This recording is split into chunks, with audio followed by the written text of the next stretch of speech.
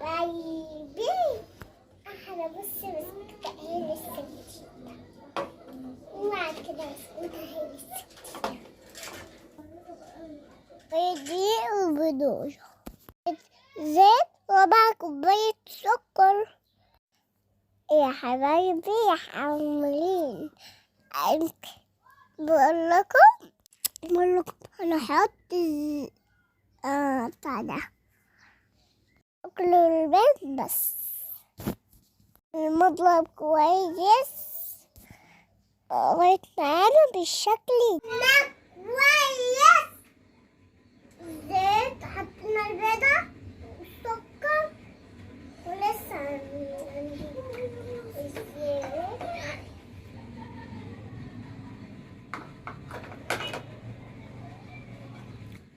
الزيت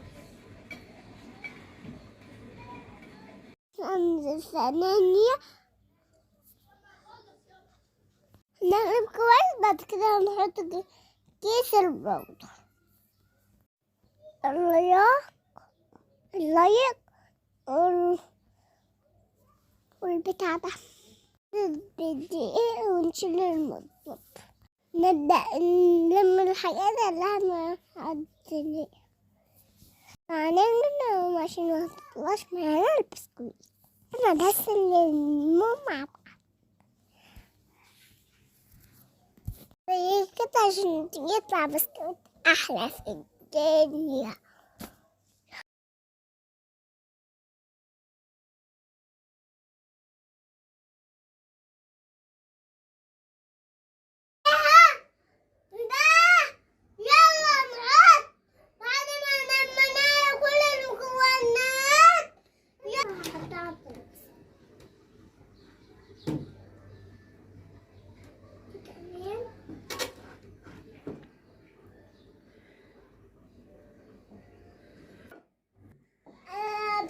كنا نجيبها للترابيزة عشان نفتحنا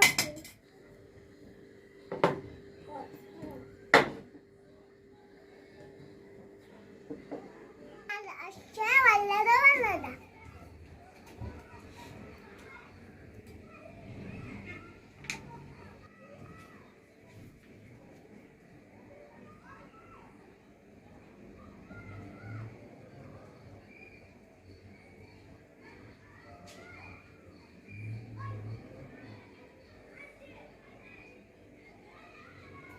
الشكل ده نبت القلب